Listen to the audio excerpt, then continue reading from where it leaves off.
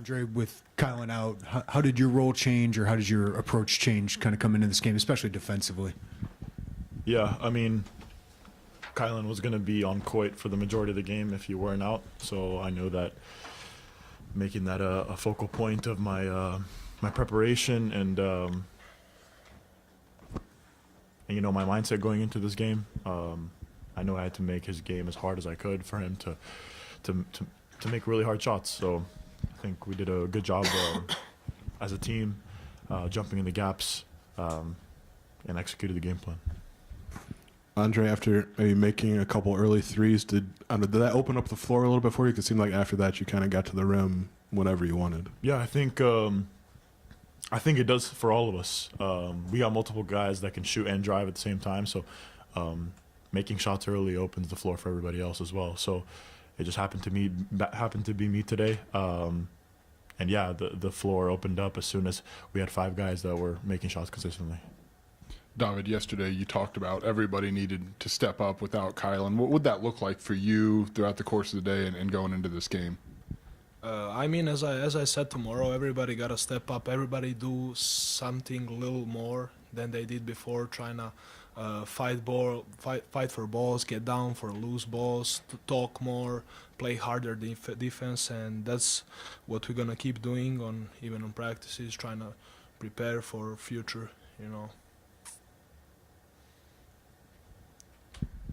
I guess for both of you, you guys had a big run to close the first half, especially defensively. What would you guys feel was working so well in that run? Just all of us being on the same page. Obviously, Adams came out the game playing very aggressive. We knew Coit was going to come out very aggressive. The last 2 games he's been phenomenal. So just to match their energy and exceed their energy as well. And I feel like we did that, especially late in the first half. And we just kept the momentum going. Andre, Brad, it's been on you at times about rebounding. When you came here, thought you could be a defender. How have you grown in those areas, and how important is it for you now to show that with Kyle now? Yeah, I think the trust that we've built and the connection we've built so far in the season, and to have a guy as important as Kylin out, him being able to trust me to go at the other team's best scorer, it means a lot to me, and showing him that I can do it is something I'm taking pride in. So, Andre, way in the back, I think a majority of the shots that you guys took as a team in the first half were threes. Was that the plan coming in? And then I guess how good did it feel for you to see a bunch of those go down? No, the plan is just to see the ball go in. We don't care where it's coming from. We know we got guys that can shoot all over the floor. So it just happened to be threes tonight. There are games where we get a lot of paint points out the gate. So that just shows the skill we have. Andre first, and then David, if you could. We've seen the last 2 teams have zoned you guys a little bit more. Where do you feel like you're at with your zone offense and adapting when teams do that? Yeah, just like you said, keep adapting as we see it more often. 2 straight games we've seen a good amount of zone, so we keep getting better at it. We keep getting better shots for our team the more we see it. And it's just something that we're going to continue to grow in. We're going to see it more probably this year. We may not. Who knows? But we're going to figure it out. I mean, when we get the ball to the post, when they play zone, I think every time we find a decision, especially with Z being there, I have easy lob every time, or trying to make a floater or opposite side to pass. So I think we're just trying to get the ball to the post, and we have easy decision every time. David, Jake made 4 threes tonight. During pregame warm-ups, he made 58 straight from the corner. Where does he kind of rank as maybe a shooter you've played with? I mean, I played with a lot of good shooters. I would say Fletcher McGee is maybe the only one better shooter I played with. He's just incredible. Those shots, he just probably every time I pass to him, I feel that he makes that shot, and I'm pretty safe passing the ball to him and getting one more assist. Andre, just following up on that, Jake, minutes increased, obviously, his role increases. What's the value of Jake? What's he give you guys? Yeah, besides the fact that he's a phenomenal shooter, he gets us into actions quickly. When the ball is getting stagnant, you know, it's something that we've had to uncover for ourselves to get the ball moving more. And I think he does that at a very high level. Whether he's off the ball, just come sets, blurs, hooks for us. You know, we emphasize screening variety, and he does that for us when he's in the game. So, yeah, it's great to have him on the team. Andre, for you, when you have bigs like David and Tommy who can pass in the way they do, especially against zone, what's that allow for you guys offensively when your bigs can move the ball in the way that they can? Yeah, I mean, when we have bigs that can move the ball and shooters on the outside that can also drive, it makes the offense so much easier for us. And, you know, the connection we've built as a team, you know, having David in the high post and Tommy down low, you know, it's hard to beat it when you're running a zone against him. So we're extremely comfortable giving it to him in the high post every possession, and we trust him to make the right choice, whether it's kicking it out, shooting the floater he has, or dumping it down to Tommy.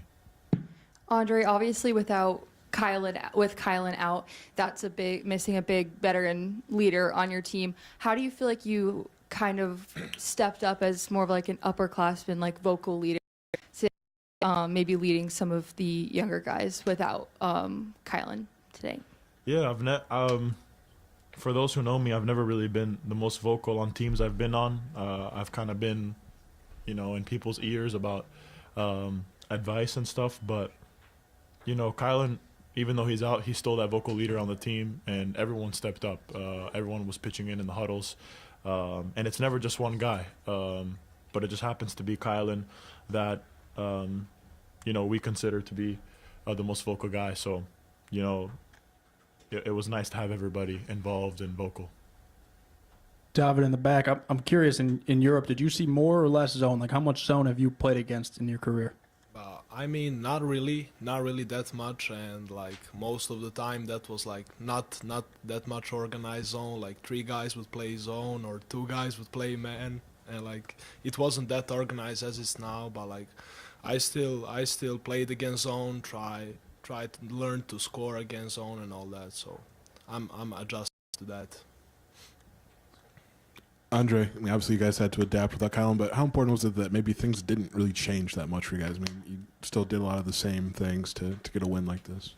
Yeah, when Kylin exited practice, the intensity, the mindset of the team, the energy, it all stayed the same. The preparation stayed the same. Last 2 days, we've been incredibly focused on the task that was today. Next 2 days, I feel confident that we'll be incredibly focused on the task on Saturday. It doesn't change our focus. Yes, it hurts to have somebody like that out, but we have the trust in each other to compete at the highest level we can. Andre, when you came out of the game, it looked like you were stretching your arm. What were you dealing with, and how are you feeling from that? Yeah, just a bump on the nerve, nothing serious. At this point, we got stuff wrong with us every game, so we just got to move on. Andre, I hear it's your mom's first trip here Yeah. today. We ask all the time about your dad. Like, what's her impact been, and what's it been like for her to see your new home here? Man, she's the most important person in my life by far. She's the peacemaker in my life. It's so nice to have her here last couple days, and coach was like, we should, if I'm gonna play defense like that, we should have her here more often. But no, it's amazing to see her here. She hasn't seen me play in a long time, so it's so wonderful for me.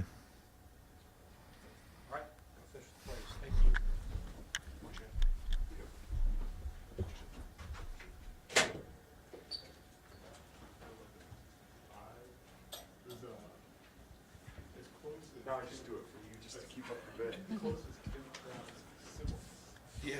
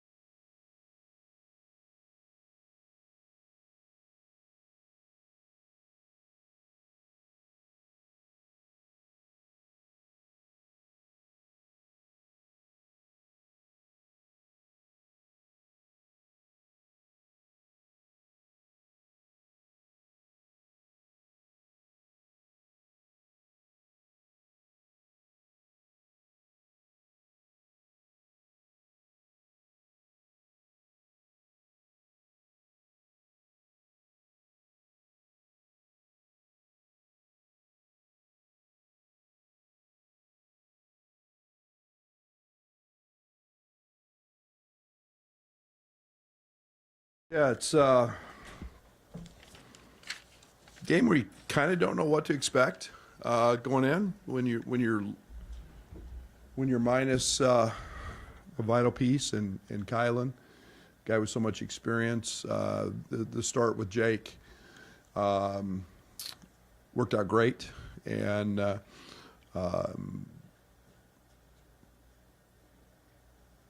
I think it was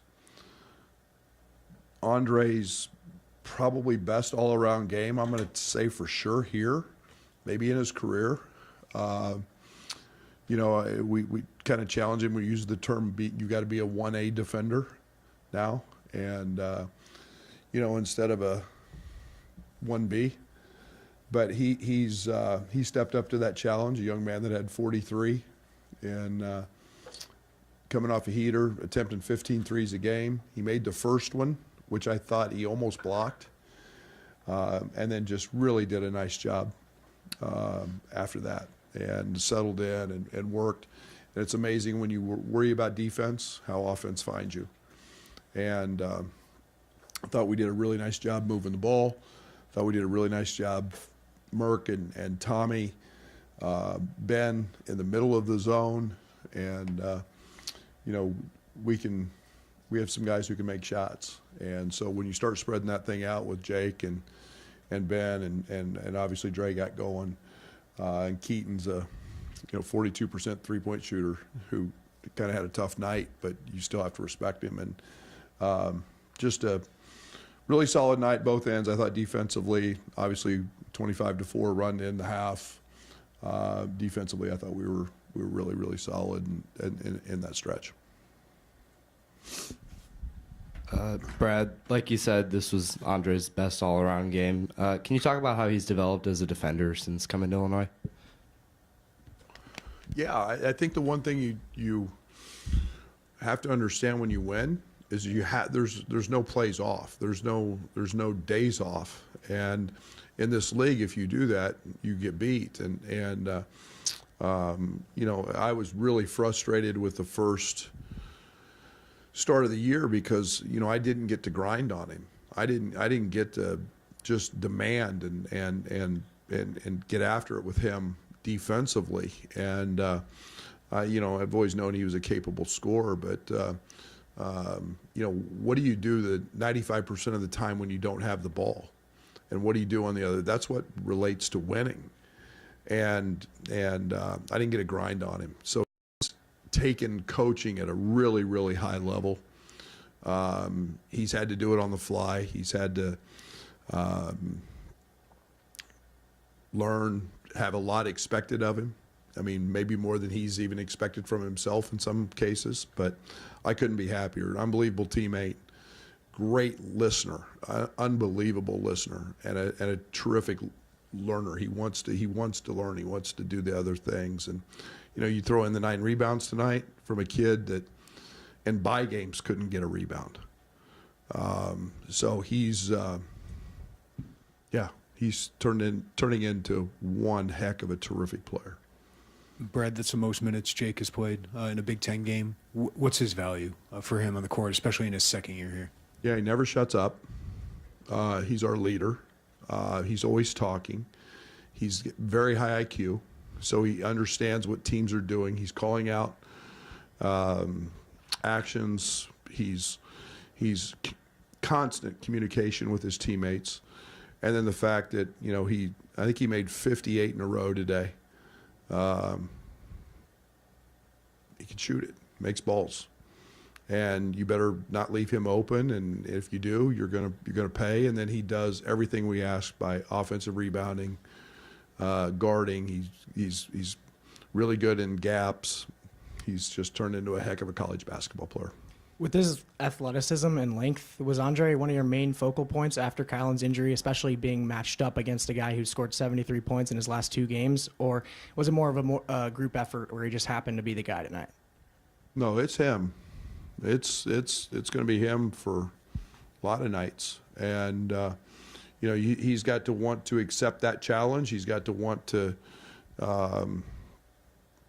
expect that from himself. And know going in that there's got to be a focus there. Defense should be easy. Defense is just effort and a desire and a want to. And I'm gonna do this. And then it's my job to make doggone sure that he's ready to do that and demand that he does it. And so yeah, he's got all the tools to be an outstanding defender.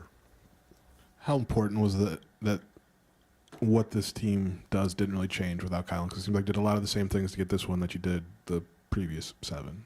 Yeah, offensively we're easy. I mean, offensively we're a team that's capable of moving pieces, and the parts are interchangeable. And I mean, we slid Andre to the point late, just to look at that, and took Keaton out, and that keeps us very big.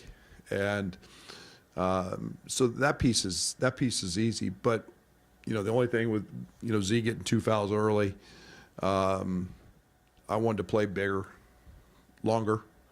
I didn't get to do that, but I think we have some advantages in size, and I was curious to see tonight how that would look. But I thought everybody stepped up and played just fine in Kylin's absence.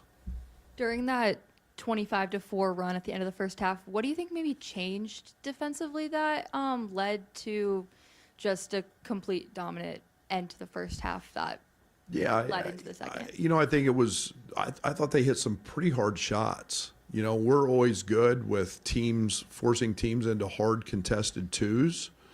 I think Adams got one downhill layup, and I thought for the most part all of Coit's were pretty contested, and he had to work for him. I thought we did a really nice job on Saunders throughout. We didn't let him get going in the first half. But I think they, we kept the same intensity and focus. They just missed. And then the biggest part of that, we held one of the best offensive rebounding teams in the country to basically nil for them. I mean, we held them 9 offensive rebounds. So, and that allowed us to get going in transition. So it's a second straight opponent that's played a lot of zone against you guys. What do you feel like has allowed your offense to be so successful against it and execute the way they have? Good players who can shoot. I think that we run a variety of offenses. We don't change our man and zone offenses very much. So there's nice continuity there. We've got guys who in the high post in the middle of a zone can really pass it and really score it. And it's been, tonight was probably less clunky than the other night, just simply because we had seen it a little more. Coach, you and in the back, you and Buzz, it seemed like talk for longer than usual time in the handshake line. It appeared, correct me if I'm wrong, friendly. Can you share what was said there? No, it was nasty. No, it was. I've known Buzz a long time. Back when I was a junior college coach, and I think he was an assistant at A&M, and even beyond that, we've known each other a long time. And he was just talking about how different this team is compared to my SFA teams, and style of play and changing and all of that. So it was just it was a nice, friendly conversation. And everywhere Buzz has gone, he's won. He finds success, and so it's very friendly. And he's a guy I consider a friend. Fred, with zone, how much does David and Tommy and their ability to pass out of that high post unlock to ways to break the zone? It's huge.